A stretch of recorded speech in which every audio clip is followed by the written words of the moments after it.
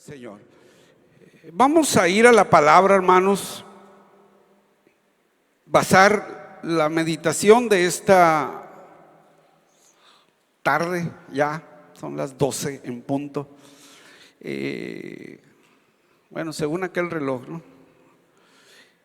Y vamos a leer la palabra y en ella estaremos basando el mensaje de esta tarde.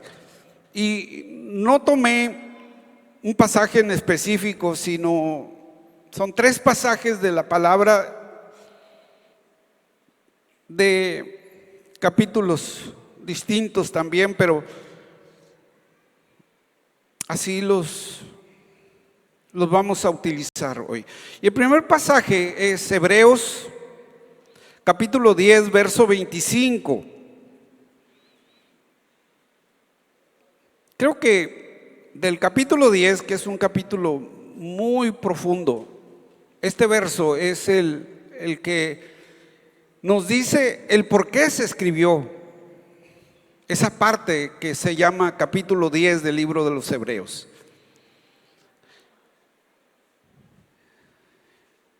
Diez 25 dice: no dejando de congregarnos, como algunos tienen por costumbre,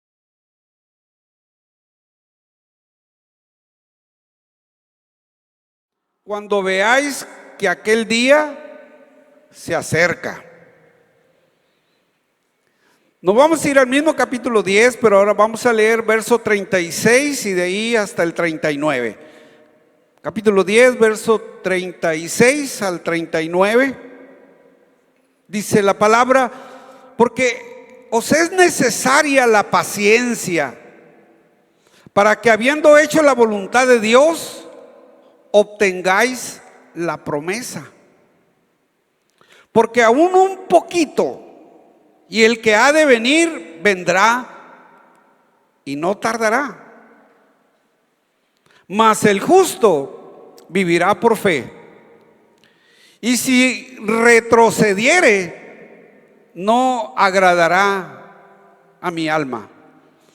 Pero nosotros no somos de los que retroceden para perdición, sino de los que tienen fe para preservación del alma. Y vamos a seguir en el capítulo 11 y tomamos el verso 1 y 2, aunque están ahí en continuación. Dice: es pues la fe, la certeza de lo que se espera, la convicción de lo que no se ve, porque por ella alcanzaron buen testimonio los antiguos. Amén. Yo a esta palabra quise ponerle como título: la fe no nos permite retroceder. La fe no nos permite retroceder. Pidámosle a Dios, cada uno hable con el Señor y dígale: Señor, mi fe, auméntala y ayúdame a estar firme. Padre, hoy ante ti en oración, una vez más, que sea tu palabra la que inspire mi corazón. No hable de mí, hable solo como instrumento al que tú uses a través de tu Espíritu Santo. Pero que sea, Señor, quien lleve la palabra al corazón de cada uno y nos rete si es necesario en cuanto a nuestra fe, y que crezcamos en ella para salvación. Bendice a las personas que hoy nos acompañan este día, los que aún no han sido bautizados en tu nombre, para que también ellos sean retados en su fe. Y cuando decidan dar el paso de obediencia, sepan que hay que permanecer en fe día a día. En el nombre de Jesucristo. Amén. La fe no nos permite retroceder. El libro de los Hebreos, esta carta, es una carta muy fuerte, muy profunda en su lectura, muy densa, da mucho mensaje, y quien la haya escrito, porque hasta el día de hoy aún los estudiosos de la Biblia no se ponen de acuerdo en quién la escribió, no se sabe quién la escribió. Se sabe que fue inspirada por Dios, pero ¿quién la escribió? Hay mucha gente que habla de que fue el apóstol Pablo quien la escribió, pero no hay la certeza de que esto haya sido así.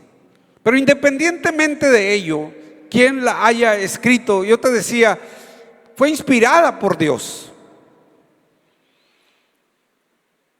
Y una de las cosas que en esta carta encontramos es la palabra exhortación.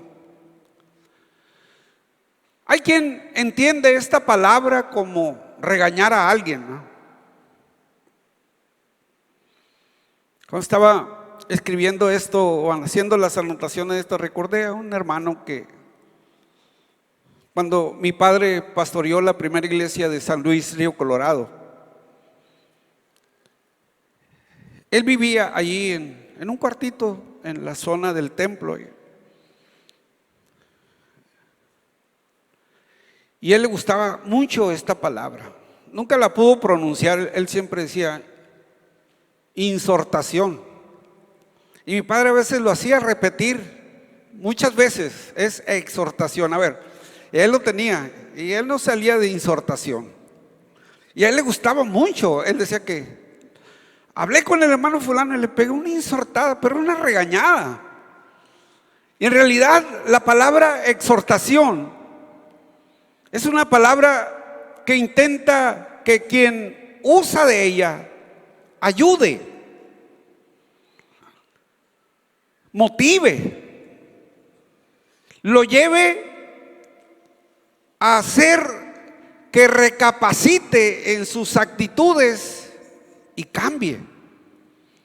Y este libro, al usar la exhortación, la carta a los Hebreos, al usar la exhortación, está motivando a la iglesia que se había disperso a través de todo el imperio romano, para que donde se leyera esta carta, la iglesia aprendiera a ayudarse mutuamente, a animarse a seguir adelante, a estar firme en el camino de Dios.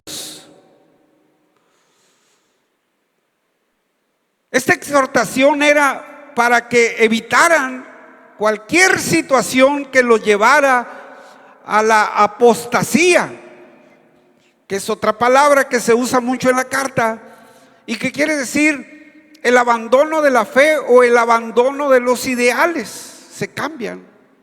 A veces vemos gente muy firme en la fe, pero algo lo hace trastabillar y cambia de parecer. Cambia, sus ideales cambian. Su fe puede cambiar.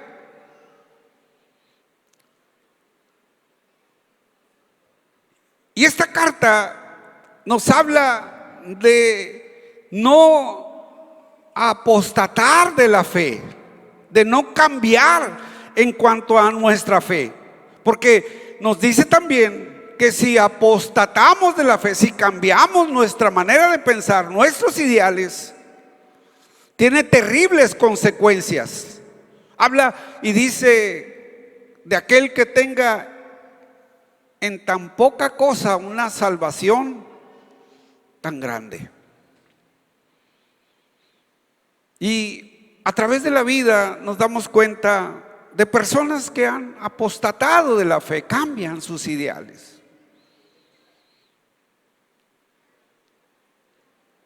Y también en algunos casos hemos visto la consecuencia de regresar otra vez al pecado. El escritor de la carta les hace mención de algo que es una herramienta necesaria, muy necesaria en la vida cristiana, y es eso que se llama paciencia. Es un elemento primordial para vivir la vida cristiana, porque se nos dice, de alguna manera se nos está diciendo, la vida cristiana no es una carrera de rapidez, la vida cristiana es una carrera de resistencia. A veces vemos gente que llega a la vida de la iglesia y es como la espuma, ¿verdad? Sube, quiere alcanzar, quiere ser, quiere hacer, pero al rato ya no está. Al rato ya no siguió adelante. Algo lo hizo desviarse o que su resistencia se acabara. Si yo trajera esta expresión a un mexicano antiguo, le diría que no sea cristiano como una llamarada de petate. Yo sé que muchos de los que están aquí ya no conocieron el petate, pero muchos tuvimos que dormir en petates. ¿Qué era? El petate era carrizo, que lo abrían, lo dejaban planito, bueno, lo que se podía aplanar, y luego lo tejían. Y pues no era carrizo. Dormí muchas veces en ellos y sé lo que dolía dormir en ese carrizo.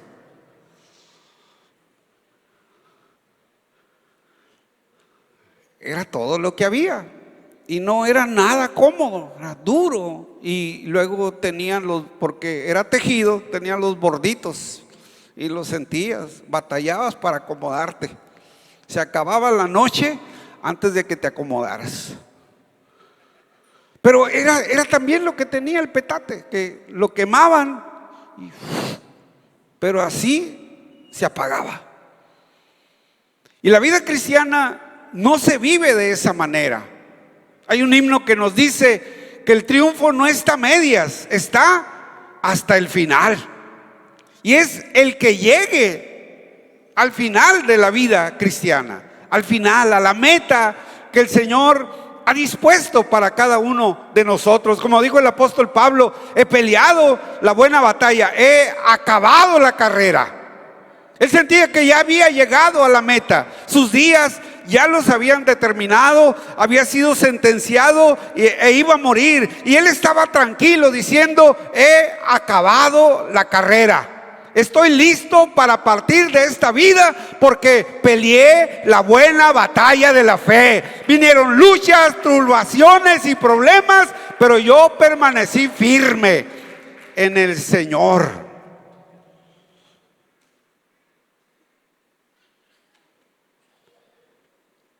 Este es un elemento muy importante para la vida cristiana, la fe y la paciencia. Porque te vuelvo a decir, no, la vida cristiana no es correr 3 días, 3 meses, 1 año, 2 años, 10 años. No, es correr hasta el final, día a día. Cada día vivirlo. Dice la palabra que lo vivamos en su propio afán. Porque cada día, mañana no vamos a vivir los afanes de hoy, van a ser diferentes. Y si Dios nos presta, pasado mañana los afanes serán diferentes. Siempre estamos enfrentando circunstancias adversas, situaciones difíciles en nuestra vida. No sabemos lo que depara el futuro. Pero sí sabemos algo, que venga lo que venga, el Señor estará con nosotros. Esa es la fe de estar firmes en el Señor Jesucristo. Estos elementos de la fe y la paciencia son muy necesarios porque tenemos que resistir. Y la fe me ayuda a resistir, pero la paciencia me ayuda a esperar. Porque el Dios de la Biblia y el Dios al que servimos no es un Dios de microondas, que en cuanto cierro los ojos, oro a Dios, los abro y ya está hecho el milagro.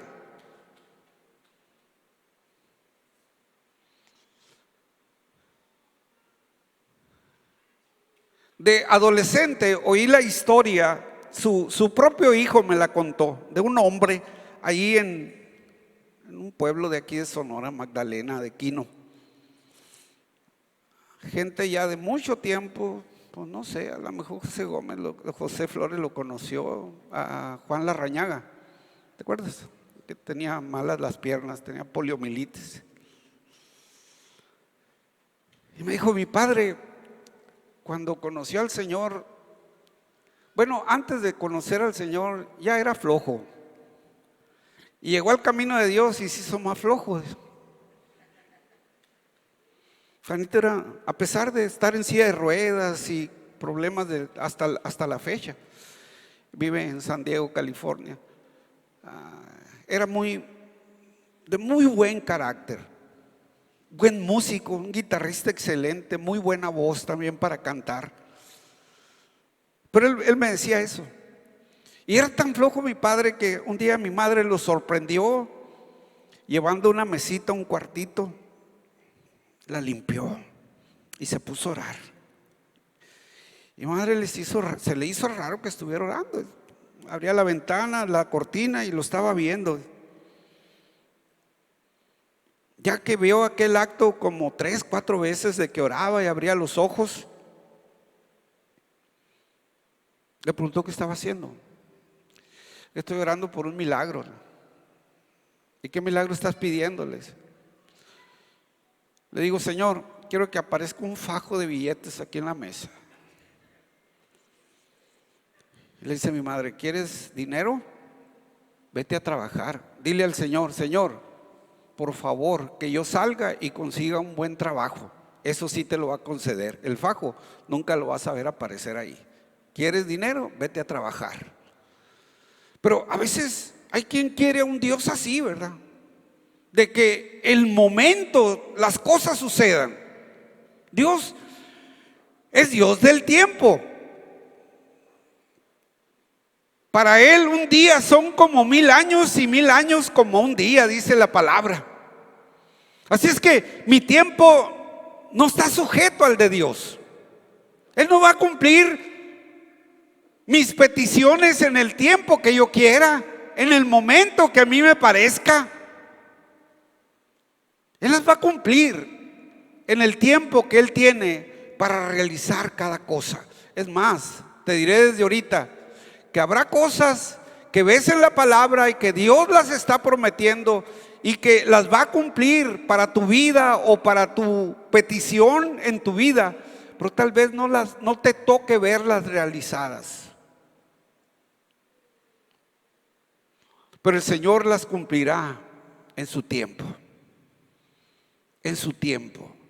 Eso es algo que yo necesito conocer de Dios, porque este tiempo del uso del microondas nos ha impuesto a tantas cosas y queremos que también Dios se comporte de esa manera.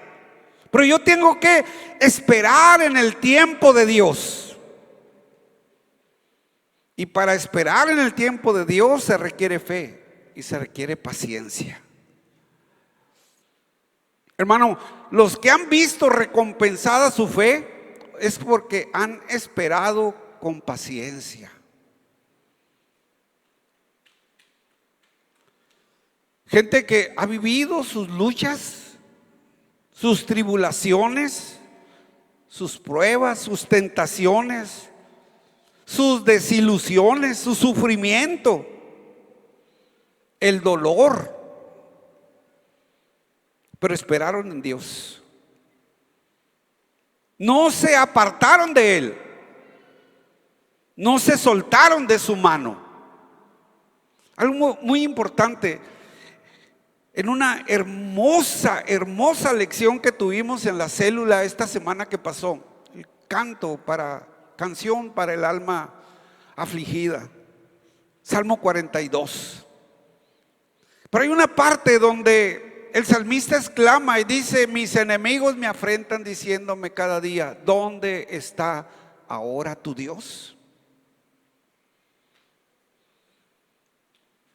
Y esa pregunta no se lo hacían como interrogatorio, se lo hacían como burla.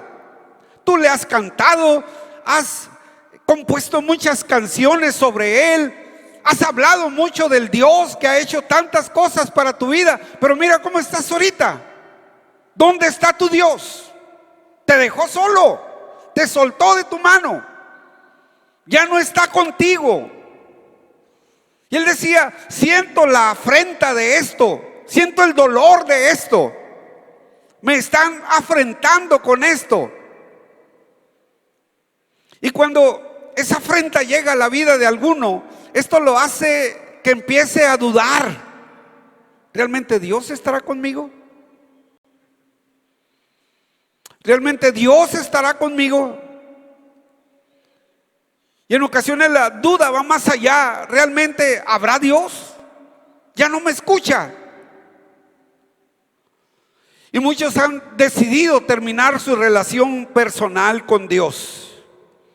Pero quien sabe esperar, quien vive por fe, quien camina en los caminos de Dios sin desviarse de ellos, a pesar de los sufrimientos, a pesar de la tribulación, a pesar de la lucha, a pesar de la tentación, a pesar del dolor, vive caminando con Dios, estos verán recompensada ese esperar en el Señor. Van a ver la recompensa.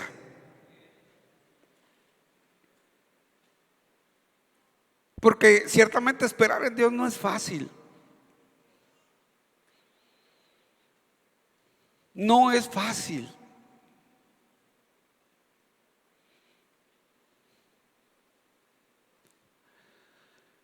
Pero esto no le quita su poder a Dios. Él es soberano. Él va a actuar en el momento en que Él lo tenga determinado. Y yo debo de estar esperando en Él. Y como dice el salmista también: pacientemente esperé en Jehová.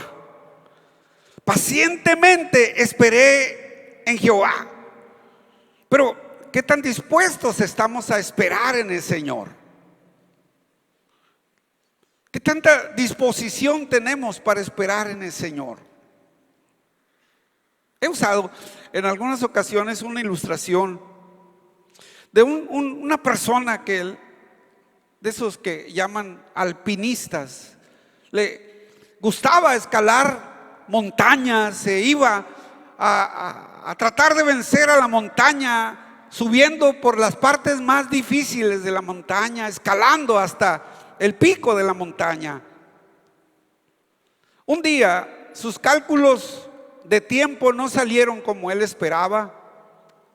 Al ir ya en el descenso de la montaña, lo alcanzó la noche y se oscureció, de tal manera que él ya no sabía las distancias apropiadas y no podía ver realmente cuánto le faltaba para llegar al plano.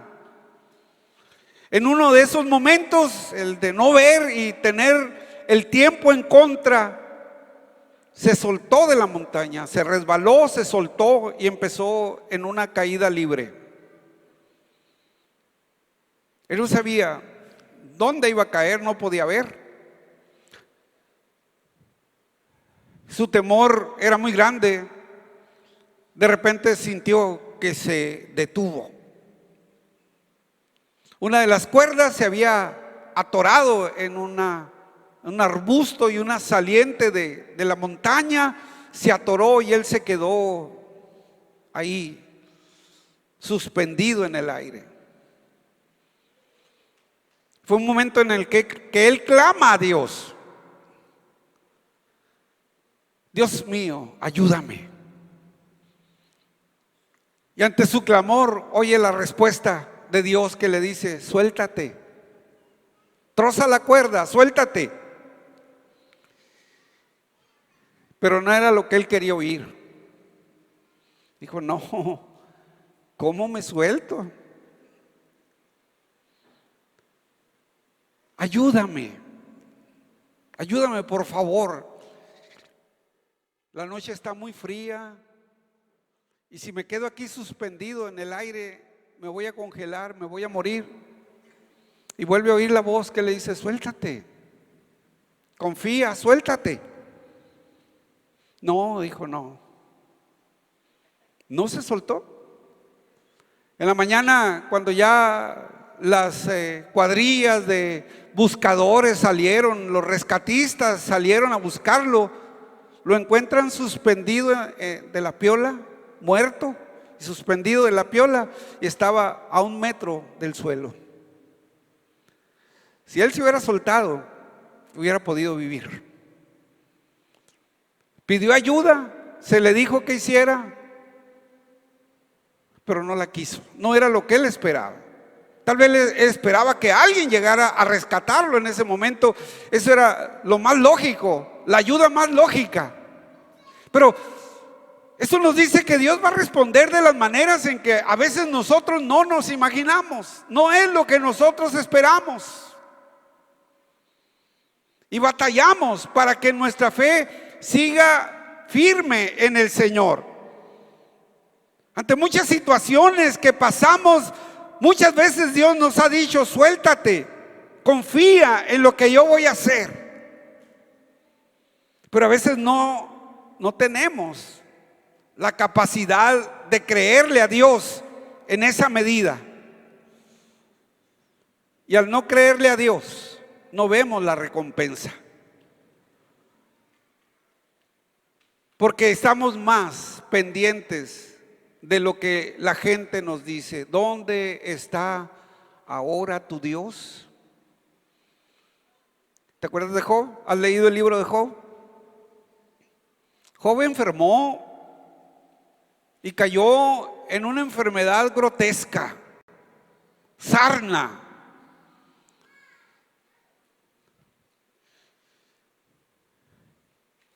Yo recuerdo a un perrito que llegó allá a la casa, así todo lleno de sarna.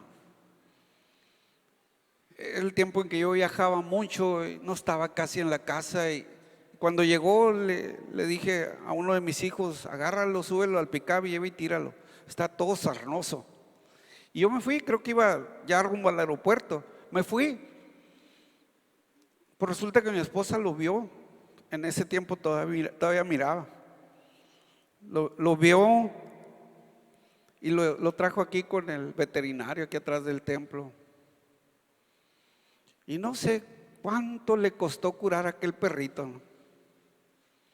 Hasta que se le quitó. Pero yo lo miraba, que iba caminando por el pasillo de la casa e iba recargándose a la pared, así rascándose, desesperado.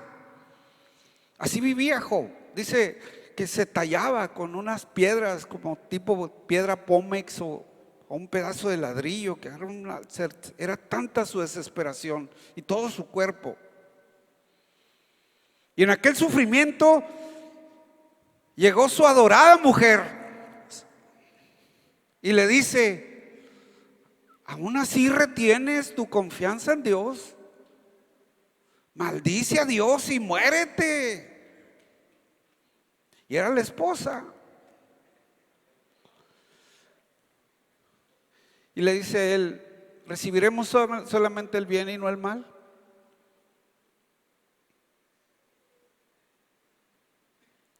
Yo no veo más en la historia de Job a la mujer, pero sí veo en la palabra que dice que la esperanza de Job, su segundo estado después de pasar esa prueba, fue mejor que la primera. Porque Dios responde y hace las cosas para bendición si sabemos esperar en Él.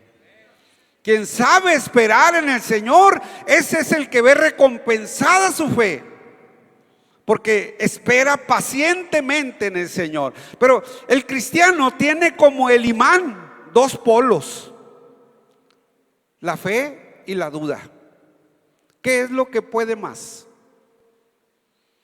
Tú agarras un imán y te vas a dar cuenta que por una parte atrae, por otra parte repele. Esa es la función de un imán. Para eso fue creado. Pero en la vida cristiana, ¿qué es lo más fuerte? ¿La fe en Dios o mi creciente incredulidad? Y estos dos polos están presentes en nuestro diario vivir. Lo opuesto a la incredulidad es la fe. Lo opuesto del pecado, de la apostasía, es la virtud de saber esperar en Dios en los tiempos difíciles. Lo opuesto de rechazar a Cristo de manera consciente, esa es la fe perseverante. Porque, hermano, cuando rechazamos al Señor en nuestra vida, no es porque estemos inconscientes, ni que caigamos así como en una laguna mental, porque muchas veces llega la gente, y hablo con los hermanos que han caído en pecado, y a veces me dicen, yo no sé en qué, no supe, no me di cuenta. No es cierto. No es cierto. Todos sabemos lo que estamos haciendo. Si llega la tentación y me quedo ahí y sigo coqueteando con la tentación hasta que me hace caer. Y yo lo hice consciente. Y es el apóstol Santiago el que dice que cuando ya lo hacemos conscientemente, no queda más sacrificio por el pecado. Pero eso de que no me di cuenta cuando pequé, no. Todos sabemos. Todos sabemos. Por eso se nos dice que la fe que debemos de cultivar en nosotros, todos la podemos tener. Porque luego hay quien piensa que la fe es posesión de unos cuantos iluminados o escogidos. Pero cuando lees el capítulo 11 de la carta de los Hebreos, que te lo voy a dejar de tarea, lee el capítulo 11 una y otra vez durante esta semana. Te vas a dar cuenta la diversidad de personas, hombres y mujeres, que por su fe agradaron a Dios y se sostuvieron en los momentos difíciles y no renegaron ni abandonaron su fe. Oye, ¿no puede ser bonito el caso de Isaías, el profeta Isaías, que lo agarraron, lo metieron adentro de un tronco hueco, ahí lo metieron y luego lo partieron por la mitad, lo aserraron y lo partieron por la mitad? ¿Tú crees que no sufrió? Si era el gran profeta de Dios y así murió. Pero eso no lo hizo que su fe cambiara, se sostuvo, se mantuvo, porque él sabía que en el Dios que estaba confiando era fiel para recompensarlo, y él esperaba algo glorioso, algo especial, como dice la palabra, esperaba cielos nuevos y tierra nueva donde mora la justicia de Dios. Pero que sufrió, claro que sufrió. No lo dijeron, te vamos a poner anestesia, así. Lo aserraron hasta que lo partieron a la mitad. Así murió el profeta Isaías. Pero a veces, cuando llega el dolor, las tribulaciones, las penas, las amarguras, las desilusiones, como globito, nos desinfla. Cuando juegan los niños con los globos a desinflarlo, sale el globo y ahí anda hasta que ya quedó en nada. A veces la vida de muchos de nosotros como cristianos se vuelve así. Por eso tenemos que mantener una fe creciente, viviendo en el día a día, pacientemente. Cada circunstancia que se presente, hay que enfrentarla con fe. Vendrán, pero mi fe es la que me sostiene o mi incredulidad es la que me tumba. Y yo necesito definir en quién estoy esperando, porque dice la palabra que sin fe es imposible agradar a Dios. Y la Biblia habla de que para agradar a Dios, a ese Dios incomprensible, a ese Dios lleno de amor y compasión, para agradarlo es necesario tener fe. Con ella lo podemos agradar. Mira, cuando nos relacionamos con una persona, puede ser de varias maneras. Podemos conocer a una persona, pero no pasa de ser un conocido, un compañero, alguien al que conocemos de vista,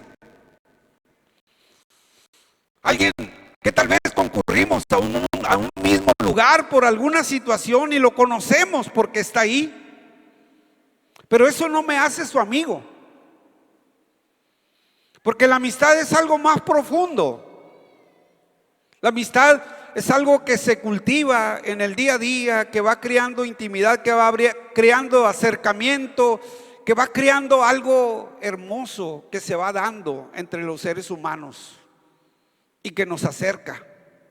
La fe es el elemento que me acerca a Dios, pero tengo que cultivarla día a día ante cualquier situación que venga, respaldarme en mi fe para seguir adelante.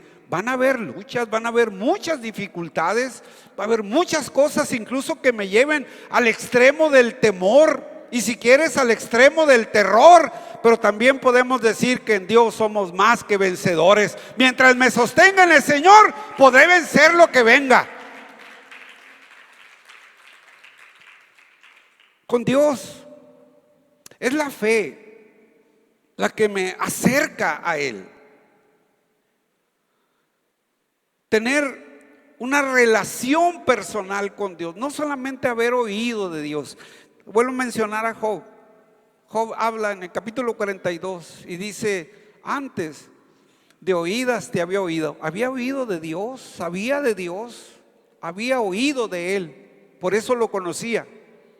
Pero ahora que pasé esta prueba, ahora que superé esta situación tan difícil, tan agobiante, tremendamente, profundamente dolorosa, dice: ahora mis ojos te ven. Había vencido y había triunfado.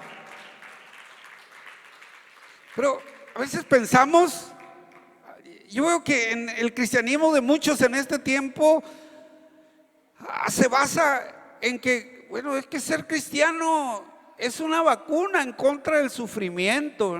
Me vacunaron y el sufrimiento no me va a tocar porque soy cristiano.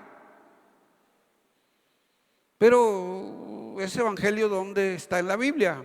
Se predica, sí, es cierto, y se predica mucho en este tiempo.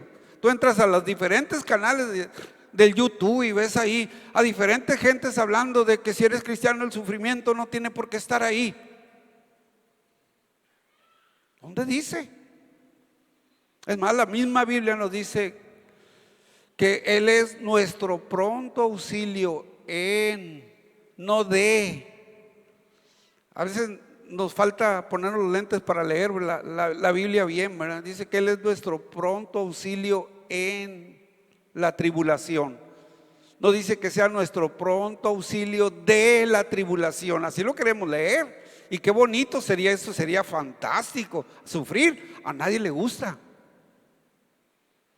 Pero que va a haber sufrimiento, va a haber sufrimiento. La vida cristiana tiene sus etapas de sufrimiento, pérdidas, momentos difíciles, angustias, tantas cosas que se presentan, como también se presenta la alegría y el gozo del Señor al ver la victoria cuando ésta llega. Pero no estamos exentos del sufrimiento. Por eso se nos dice: cristianos, mantengan su fe en el Señor. ¿Qué pasa cuando la fe se quebranta en alguien? Lo primero que va a suceder es que va a dejar de congregarse. Y lo vemos. No, es que ¿para qué voy a la iglesia si estoy sufriendo de todas maneras? ¿Para qué voy a la iglesia? Y empiezan a alejarse del Señor y empiezan a alejarse de los caminos del Señor. Ahora, durante la pandemia, mucha gente perdió seres queridos. Yo oía de alguien que fue miembro de la iglesia y más me sorprendió porque, bueno, yo siempre en mi concepto muy personal, siempre era que los hombres son los borrachos, ¿verdad? Los hombres son los borrachos. Pero te hablo de una mujer que era miembro de la iglesia, tuvo una pérdida muy grande y hace poco, yo no sabía de ella, y hace poco oí, no, me agarró la tomadera. A partir de la pérdida agarró la tomadera y ahí anda todo el tiempo en un pistón, como dicen luego, ¿eh? Porque el sufrimiento la llevó a eso. No estaba su fe basada en el Señor. Cuando basamos nuestra fe en el Señor, el apóstol Pablo pregunta: ¿qué podrá separarme del amor de Cristo? Y haciendo uso de los elementos que había en aquel tiempo, él habla de hambre, angustia, tribulación, cuchillo, desnudez. ¿Qué podrá? Hoy te puedes preguntar: ¿qué podrá tumbar mi fe del corazón? Si aún tengo fe, ¿qué podrá derribarla? Porque nunca podremos decir: es que ya estoy listo, ya estoy al 100, es más, estoy al 200% en cuanto a la fe y nada podrá. Cuidado, hermano, con esas alebrestadas que a veces nos pegamos. La vida cristiana se vive día con día. Cada día va a traer su propio afán, su propia lucha, sus propias dificultades. Nunca estaremos preparados al 100 para enfrentar lo que venga. Nos van a sorprender situaciones. Pero si estoy tomado de la mano del Señor, podré decir como el apóstol Pablo: nada podrá. Estoy en Cristo y no me suelto de Cristo. Venga lo que venga, pase lo que pase, estoy tomado de la mano del Señor.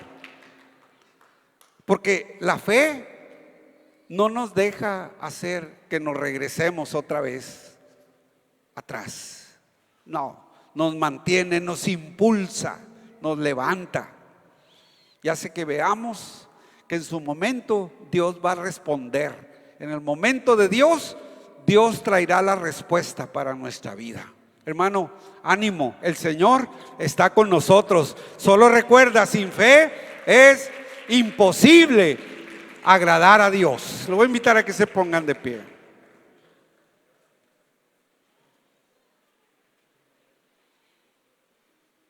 Que hablemos un momento con el Señor. La fe la vamos a requerir siempre.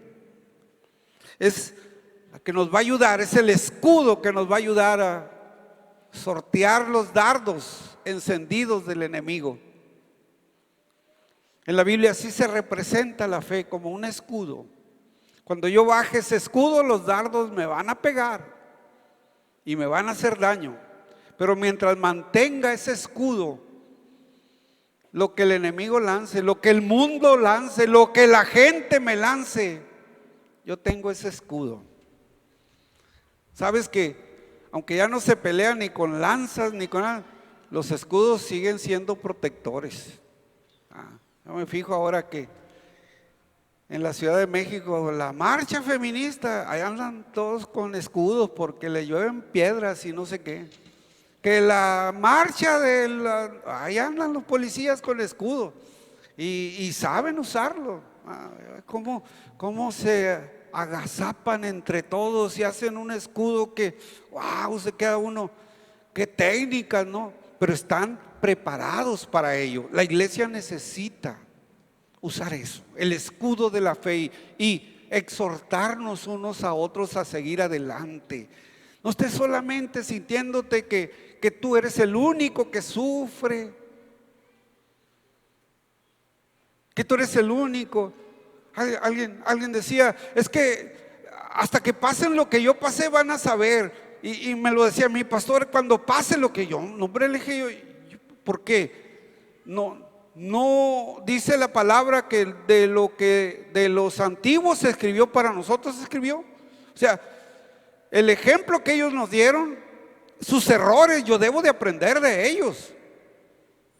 Yo no tengo que caer en una situación de pecado para aprender y entonces decir, ya aprendí que esto. No, usa la fe, mantente firme en el Señor. Si sabes que es pecado, no caigas en ello. Usa el escudo y mantente firme en el Señor. Cobíjate con los demás. Cobíjate con los demás. Pero para ello tienes que estar integrado. Algo que veo en los noticieros hablando de los escudos es que el policía que se rezaga le va como en feria. Le quitan el escudo y le pegan con él. Y ahí sale todo golpeado. No, es en serio eso. Le quitan el escudo. Ahí en el DF es común eso. Hacen la marcha. Si una policía se rezagan, le quitan el escudo y duro con él. Con él mismo lo golpean. El enemigo sabe cómo golpearnos, hermano. Pero si estoy solo, pero si estoy dentro del cuerpo de Cristo y me mantengo ahí, caminando con el Señor, ahí nos cubriremos y juntos nos daremos aliento para ir adelante, exhortando unos a otros a vivir en el temor de Dios. No caigas en la trampa del enemigo de que, no, es que en la iglesia no hay amor. No hay amor porque no estás solo. Yo lo disfruto y lo vivo día con día.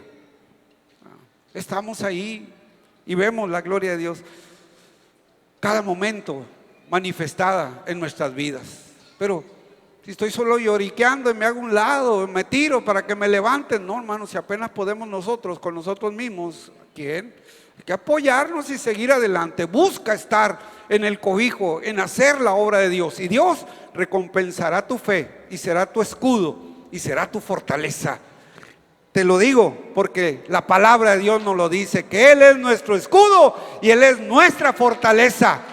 Cúbrete en el nombre poderoso de Jesucristo. Hablamos con el Señor. Si alguien quiere venir al altar y aquí hablar con el Señor y decirle, Señor, auméntame la fe. Pídele al Señor que Él aumente tu fe, que Él te levante, que no te veas solamente con lástima y en una posición de que soy la ovejita perniquebrada. No, hermano. Dios te rescató, Dios te lavó, Dios te salvó. La obra redentora en la cruz del Calvario te hizo alguien importante. Ahora eres hijo de Dios y tu nombre está escrito en el libro de la vida. Cuando allá se pase lista, podemos responder a nuestro nombre. Pero hay que seguir adelante, que no se borre mi nombre de ese libro. Busca del Señor. Padre, hoy vamos a ti.